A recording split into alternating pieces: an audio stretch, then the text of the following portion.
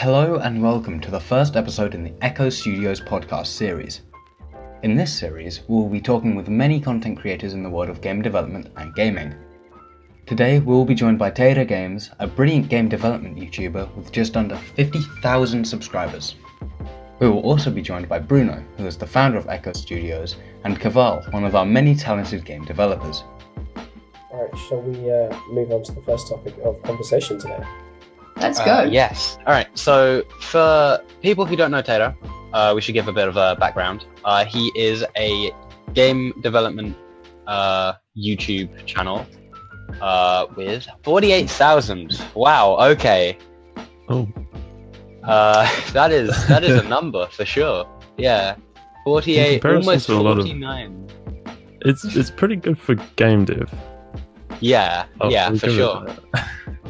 So the most recent video one that I was doing kind of a 2D MMO type thing, like just top-down game. Anyway, since that video came out, I was using. You guys ever heard of Photon networking? Yes. Photon is fun-ish. Yeah.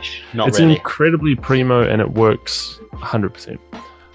But it's like $90 a month for like 100 people. So.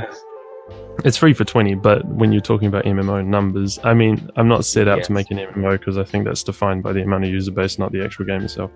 But yeah. After that video, I got a lot of people saying that, Photon's too expensive if you wanted to get more players. And so I spent the last month basically working on my own server structure, which I've never done before, which is why I haven't uploaded, because I wanted to make it, properly. That sounds like a very good learning experience. I would love to try something like that at some point in my life. Yeah. I'm just using sockets basically, and it's working really well. And then I cheated the database. You guys, nice. Instead of doing people use SQL, server query. Yeah. In order to do it, and I've decided to make a database just using XML files, which is. It's so much easier to understand than learning another language. I mean, you're going to have some performance overhead with that one, but... You think? Yeah. It's reading XML files every time, isn't it? Yeah, but not every time you need it. That's what I'm saying. You got the active users, and it would take a while to find their files, then you grab that and then keep it in temporary storage, which would be... Yeah, fair enough. Also, I'm not expecting millions of people to play this. Yeah, something I've noticed is that when people start up these multiplayer games, it really does rely on there being multiplayers. Yeah. If you don't have a fan base and you start up, like if Fortnite didn't have, I hate to use Fortnite as an example, but if Fortnite didn't have such a quickly growing fan base, when there are sort of games of 100 people, no indie game can manage that. Well, the thing about Minecraft and the difference is it doesn't rely on anybody. It's just you can have one player and it'll be fine. Fortnite, you cannot. Thoughts on Fortnite, everyone? Okay, game killed by the fan base. It was toxic. I didn't like it. Oh, just the age thing? I can't talk. Is that what peeved you off most? Not even. It's just, I don't know. I don't like shooting at someone and then out of nowhere they've got a mansion. It just doesn't sound right to me. Right. Their way of making money, it's all in-app. Sorry, it's not in-app purchases. It's microtransactions. Yeah, it kind of is. Isn't it? It is. Yeah. I was just looking for the right words. It's microtransactions, right? Yeah, Fortnite is a game targeted at kids so that Epic Games can make. And basically all the kids use their parents' credit cards and buy V-Bucks and whatnot. You hear all these stories of kids doing that, getting obsessed with the game. There have been court cases about it. I feel like the court case thing's going a bit far, but there should definitely be some more looking into the intentions behind Fortnite. Yeah. One of the questions I have for you guys is, how do you think they should make money? What, Fortnite as a game? Yeah, if they can't, if they shouldn't be making money with microtrans. I honestly find their battle pass fine. the battle pass thing is fine. Just passes make sense. Yeah. They give you access to more features of the game that like are worth the money. Or the other way of doing it is the old-fashioned pay for the game, because that is what they're actually making, and that's what you're playing. Yeah, you guys understand how that made a massive shift into that free market thing. Yeah. How they pretty much cannot start paying. You can't really put games up for a price, or you get a lot less people. And the only reason Fortnite is that popular is because it was free. Because they can put it for free. Because kids with PS4s can play a game, gun game, which isn't an 18, and they don't have to ask their parents for it. Yeah. Something I've definitely noticed with Fortnite is the skins thing, right? Because people have to pay for those, and they're like, "Oh my god, I have the skin." I'm like, "You just paid for it. You didn't unlock it through hard work. You paid for it." I'll tell you what, though. Yeah. The thing is about solely making money on aesthetics is it's not pay to play. You can have all the fancy things. Yeah, pay to win. Or you can not, and you'll still do just as well because it's skill based, not I bought this better weapon so I win. Yeah. I get what you mean, because I dislike anything pay to win. That's something which I do not condone in any way. It's one of the worst features with many games. So I respect that, the fact they haven't gone pay to win, but I still don't think that making it purely off simple aesthetics that don't really improve the game at all is a bit unfair, because it makes them prize things which shouldn't be prized, if that makes sense. Like, imagine spending money on something which just makes your game look a tiny bit different. It's not an entire DLC, it's not something new. It's just a few extra textures. Although, yet again, I feel like my points are being a bit... they're very, very harsh. You must hate Apex Legends then. Fortnite, sorry. Have you played Apex? I've not. Oh, Apex is amazing. I actually really like it. It's just... Yeah, I love it too, but Bruno would hate it. Because the skins in that are retextures. They're not actually... Yeah. They don't do any modeling extra. Which, I mean, for some of them they do, for the really expensive ones. You know what? How expensive? In fact, don't tell me how expensive. I don't want to... You know, I quite like the model of things like CSGO, games like CSGO. They, it is the main source of income is skins and that kind of thing. But they do have a initial purchase price on the game. Well, they used to, at least. I don't think they do anymore. I haven't checked. But it means that while the intro price is low, that allows more people to buy it, but they also don't have to rinse out the aesthetics in order to make the money that they need. Right. There is definitely a good example of how to do in-app purchases in Temple Run, for example, especially the first one, because it's not forced in your face at all. What do you win in that? Oh, what do you get from that? Coins. Simply coins. What do the coins give you? Coins can allow you to upgrade, because it's not a multiplayer game, so it's less pay to win and more pay to unlock more, I suppose. It's not pay to win because it doesn't disadvantage others, because you can do it either through hard work or through paying for it. Paying for it takes away the need for spending time on the game. I know, and that's why you're not urged to, so it's not forced in your face. It's like a fever. You literally need to spend money on, the whole gems thing. Same with Clash of Clans, so you feel like you need to spend the money to succeed. They're still doing the multiple currency things to take you away from how much you're actually spending, though. We tried to do that with one of our older games, Aestheticute, and we eventually went against that. You know what? It is the most tried and tested way to get people to spend money. I mean, casinos use it, so it must be good. Oh yeah, like there's a whole South Park episode on Canada. It's premium gaming's incredible. Yeah. Good old South Park. Yeah, there's so much. There's so much in depth about. I reckon microtransactions will be one of the most debated things in the world. Yeah. Well, if for game dev, you know, there are course, bigger problems out there. Mm. But I don't think it's fair to say that the structure of Fortnite is bad. Because if anything, their skins are relatively unique in comparison to a lot of other games out there. Yeah, they put the it's- time into modeling. Yeah, they definitely do, 100%. And they keep it fair as well. I think each character has the exact same hitbox. Even if you get something slightly bigger, which was, I think, a problem with Apex Legends at one point. I That's a think clear issue. You cannot do that. Yeah, you can't have hitbox adjustments.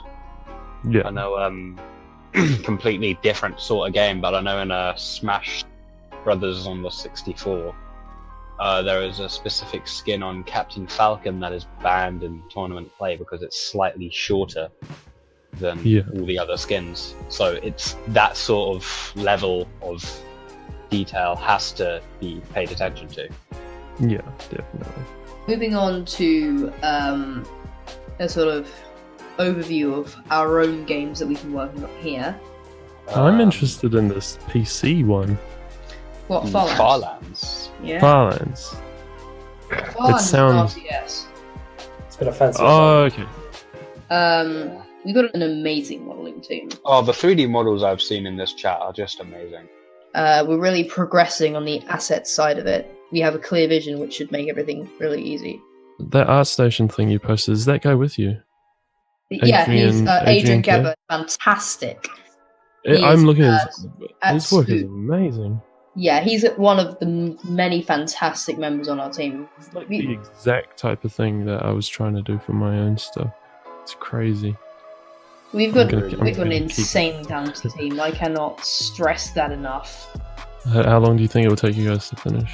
If we start in mid-November,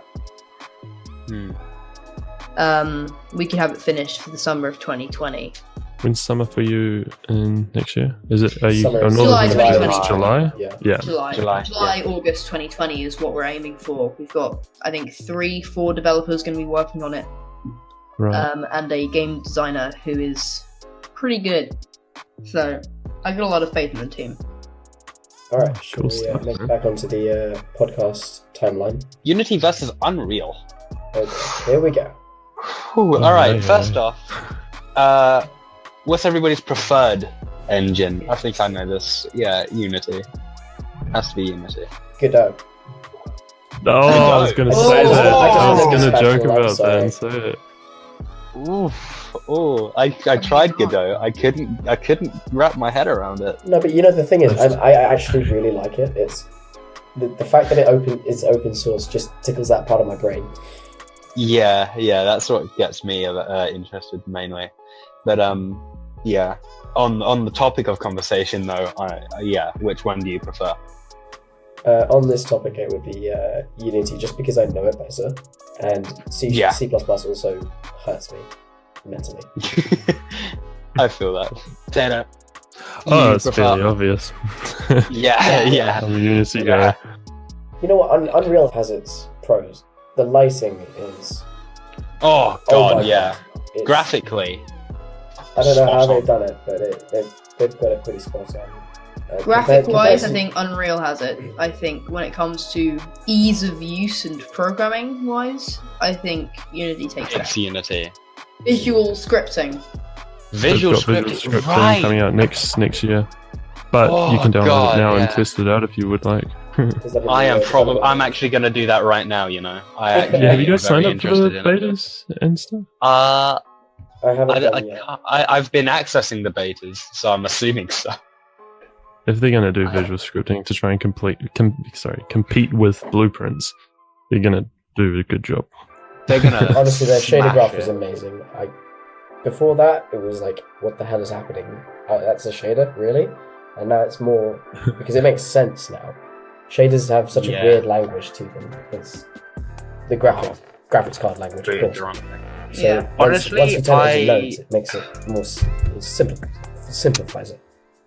I avoided learning to code shaders because I didn't want to hate myself.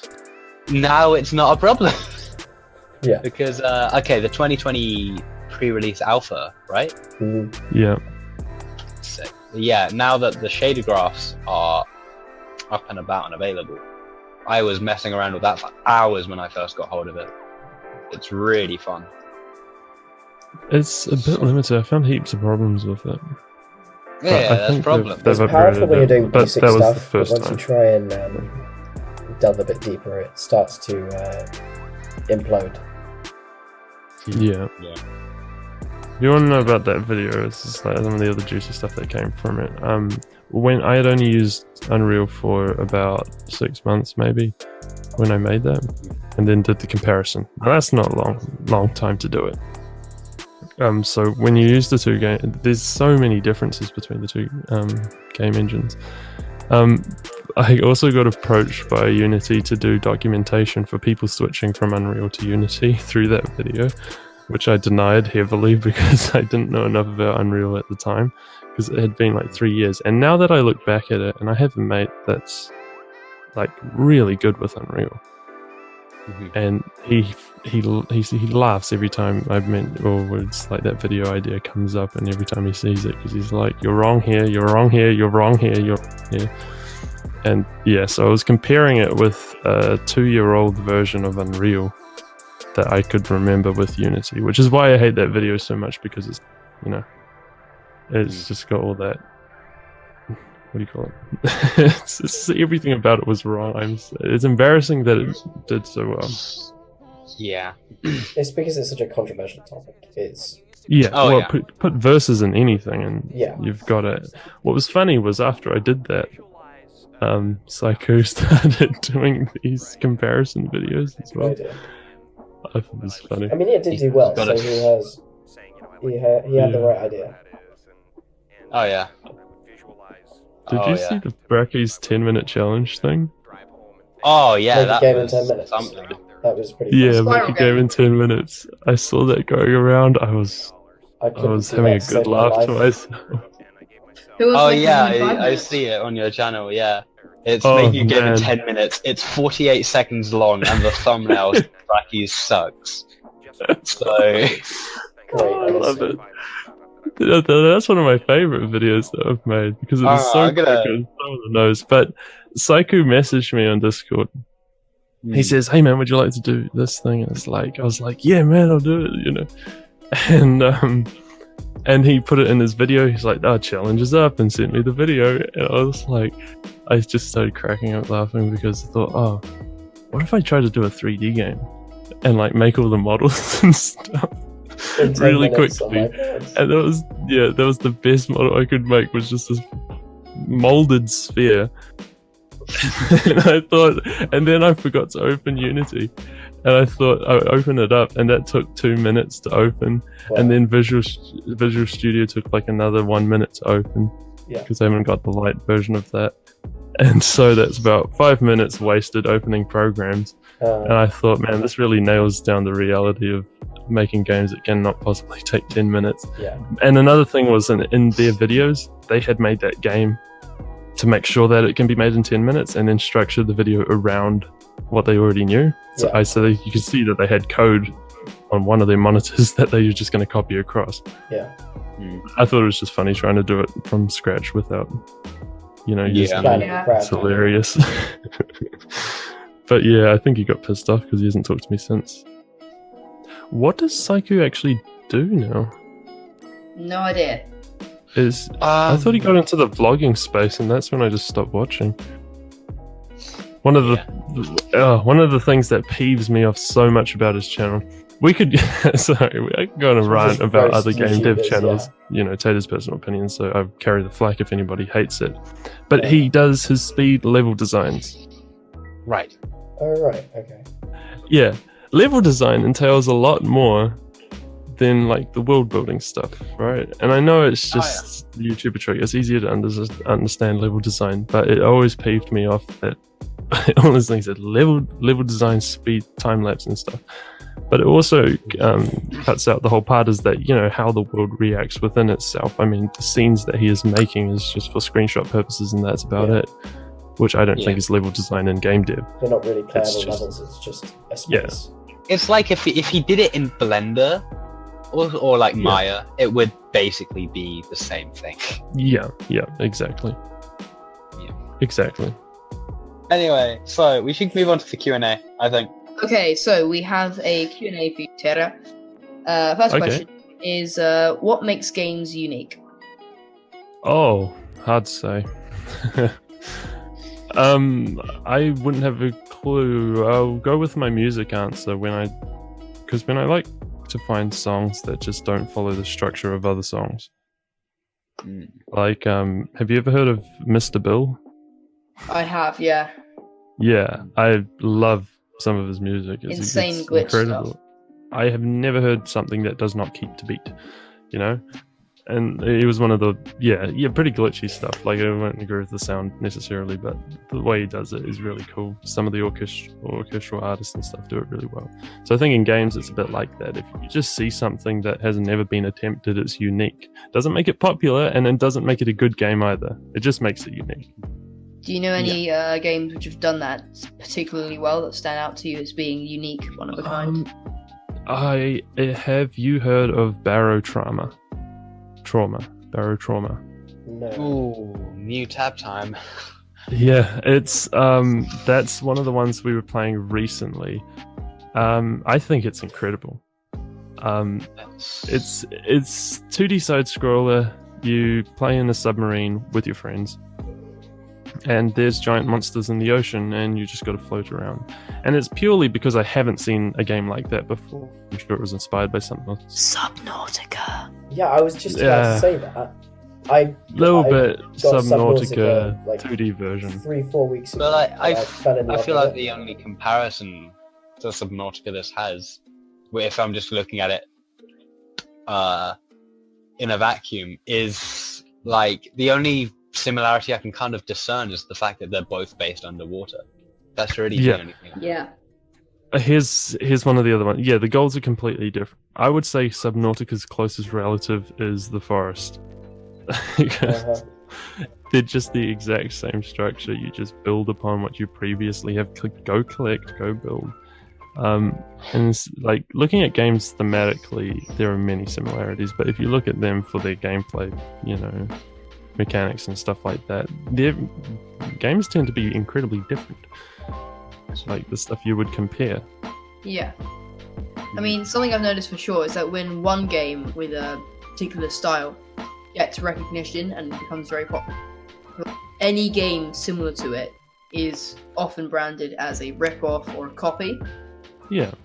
So, for example, platformers with 16 by 16 art can often be mislabeled as a Terraria rip-off, or voxel games are a Minecraft rip-off, or underwater games with exploration can be a Subnautica rip-off. Yeah. Stuff like that. That kind of gets on my nerves, and it's what prompted me to choose this question specifically. Practically can't make a voxel game anymore because it's just rebranded as Minecraft. Exactly. So, a question for all of you: what is your favourite video game of all time? Any platform, any realm? All time. Anything. Oh god, that's hard. Difficult. I know what my personal answer is, and it won't surprise any of you. Minecraft. Yeah. Okay, that's fair. It's a fantastic game. It brings out the creativity of the players, and it is a legendary video game. You know what? You can't disagree with that. You just can't deny the legacy of Minecraft. Any game that leaves that much of an imprint on the game development and the gaming community, as we were talking about earlier, voxel games are just Minecraft to so many people. And if a game can give that imprint, that's a fantastic success. It's really impressive, and it just shows how much of a success Minecraft's been. Yeah, sure. Personally, I don't know about all time, but my current favourite game is Risk of Rain 2. I have pumped far more hours into that game recently than I really should be playing. And I can't help myself. It's so good. That's true. Sorry, I just need to see the cover. I don't remember. You know what? I did the same thing with Subnautica. That is, you know what? I think that is my favourite. It just, the story and the fear it creates is just, it kept me playing practically all I think day I for have 3-4 but I days haven't straight. played it. I haven't played it yet. I think I have it, but I don't think I've played it yet. I So- even finished the game and I still had things that I hadn't even seen yet. That's Phew. it's one of those games that you can play for hours and hours and hours, but you still find new things at Yeah. the 20th hour, and you're like, this exists. How have I not seen this before? And Taylor, your favorite game? This is so difficult because I can name my favorite games from each genre, but I cannot name like the best one overall. I think Go I'll take ahead, a name curveball those. here and say currently, I was going to say RuneScape, because I've RuneScape's poured, a classic though. yeah, I've poured too many hours into that for it not to be considered a great game. It may not be fun, but it's grindy and it keeps you hooked, which I guess is what games are all about now. Mhm. Yeah. That playtime in there. Modern Warfare 2 was another big Yeah. shooter that was Modern into. Warfare 2 is what really kickstarted gaming on YouTube. You see a Yeah. lot of Oh yeah, for sure. people like, talking about how that was their first video. The Sidemen, for example, they've mentioned multiple times that they started off making their 2 videos called GG videos. Yeah. Mm. Oh, it's just like the sound design for that game. Ooh. Genius. Question number 3. What inspires your ideas and where do you get them? This one's specifically targeted at you. Oh, right. I don't have that great of an idea, but you generally, so you have when modders, I think modding is one of the coolest things that sparks off any new genre and stuff like that. Because I mean, if you think of all the Warcraft, Warcraft 3 mods that came out, they basically created many genres today, including MOBAs, which obviously huge at some point. But also wasn't when I started creating video games, it was a Minecraft mod that inspired quite a few of them. Like the Skyroar thing was based on Spleef, which I guess isn't really a mod, it was just a game created in there, but often mini games give you an idea of a bigger version of those mini games. I see what So you mean. I'd go with that. Like other people's mods are actually more inspiring than the games themselves. Yeah, You I mean, have you can't ideas and they deny decide to put them into a the game they like. imprint and the effect that the Minecraft modding community had on Minecraft. Oh yeah. Without Oh. modding, the game would be very, very different. You know what? I can't 'Cause- play Minecraft without mods. They just Yeah. they make the Yeah. experience Minecraft. Exactly. What do you guys happen to play Sky Factory? I've played it a couple of times. Oh, I love it. yeah, Sky Factory 4 came out a couple Yeah. months ago, I thought it was and brilliant. it's so good. Yeah, I need to play it more, to be honest. I just need to get back onto that. It's so good. But yeah, so yeah, I absolutely agree. Mods are just so much better for inspiration than any. Because if any- you're going to try and you don't try and copy a game, but if you see a mechanic that somebody has just mistakenly made in a mod, or intentionally, Mm. you're just like, wow, you could totally use that. Yeah, yeah. And then no one's you're going to call not you out on called out. copying Minecraft, He copied wow. a mod instead. Moving on to the next question. Favorite parts of game development? So, Oh, music. Ooh, music. What about 100% it? music. Oh, just it's the feeling, man. Sometimes if you don't have a game idea, that's another form of inspiration. You just listen to like some track or something, and it just gets you into it. Not to mention, I got music running in the background every time I'm programming, because then you know the feeling of what you're making. Eventually, What DAW do you use? To- FL Studio, because I'm a pleb. While I might listen to jazz or something while I'm programming, it doesn't. Yeah. I'm not. Music is one of the last things I put into a game if I'm making a game. Yeah, it's. I weird think that that's a people do process for that. a lot of people. For me, my favorite part would have to be, without a doubt, actually, it's just sitting there and constantly I just like pumping out code. It's just super satisfying for me. Yeah, same here. Like some people find that painfully boring sometimes, and I can understand it, but I just like solving problems. So sitting there and building things from the ground up for me just feels amazing, I think. I know what Also, you mean. bug fixing gets you every time. Oh, when you finally fix that one bug that's been Yeah. staring you dead in the face for years. Yes. Well, maybe not years. But Yeah, maybe not That's an years. Slight exaggeration. But like days. I've had it where I've spent weeks trying to fix a single bug, and then I give up on it, go to implement something, and then fix the bug accidentally. And I feel relieved, but also mildly frustrated. Yeah. So, It's a great feeling, honestly. it's Yeah. a double-edged sword, I think. There's little better than playing a game after working on it for hours and finally seeing your hard work paying off. Yeah, exactly. Or ultimately sitting there for 12 hours straight making something and realized, oh, I can't use this code anymore because it's so confusing. What happened? Where did this thing go? I wrote like a 600 line thing, which is not that much, but it's quite a lot for me to keep track of. And because of my naming conventions, I forgot what everything did. Oof. And come back the next day, you're like, oh Christ, wait, that was start again. Comment your code. Yeah, I know, comment your code. Yeah, that's the Yeah, pain pick about up- it.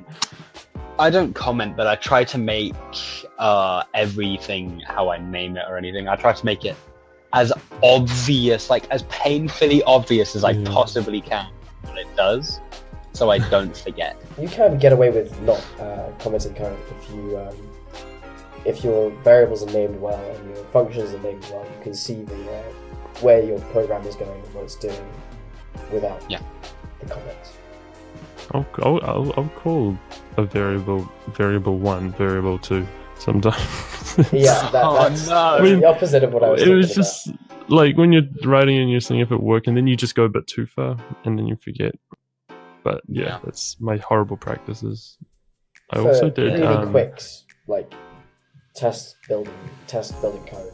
It's all right to do crappy variable names, but when you're actually trying to remember something large and it's part of a big project, it's nice to have properly named variables and functions. So we have a question coming in. Do any of you use pseudocode often? Nope. Oh right, like a kind of pre-planning code kind Like of a thing. pre-planning code, like I could say, for example, like a flowchart. Yes. I'd say pseudocode isn't really it doesn't fall under flowcharts. Flowcharts are Yeah, flowcharts is like a precursor more. That is also. Do any of you use that as well? level. See, Flowcharts and I've had a pseudocode. specific disposition against since I did A levels, because it was kind of forced down our throats, and it was just annoying because the syntax was so different to actual code. Yeah, I know what you mean. honestly, what I do for my quote-unquote pseudocode is I basically do lazy coding, where I just write if this happens, and then I just do a rough scribble of what the code might look like. Probably won't, but it could look like it. I think that is the point of pseudocode, actually. Yeah, so I pseudocode, but only for things I need to do it with. Like when I made a weapons system in one of my personal projects, If there I things that are potentially pseudocoded complicated. the ever-living that. The next question and final question is why you got into game dev. Let's start with Taira. Okay. League of Legends. No, literally just because you play it all the time. Yeah. You know, if you like eating, you get good at cooking, right? Right. Point. That's a good philosophy. Yeah. I'm actually pretty much the exact same. I played all sorts of games when I was younger. I then got into modding stuff. Specifically, I tried to mod World at War. I was awful at it. So I just stuck to playing custom maps instead of making them. And after a while, I just picked up Unity. And yeah, it was fun. It was very fun. Thank you for joining Echo Studios. I wish you guys all the best with your channel, and we'd like to thank you, the viewer, for keeping in touch.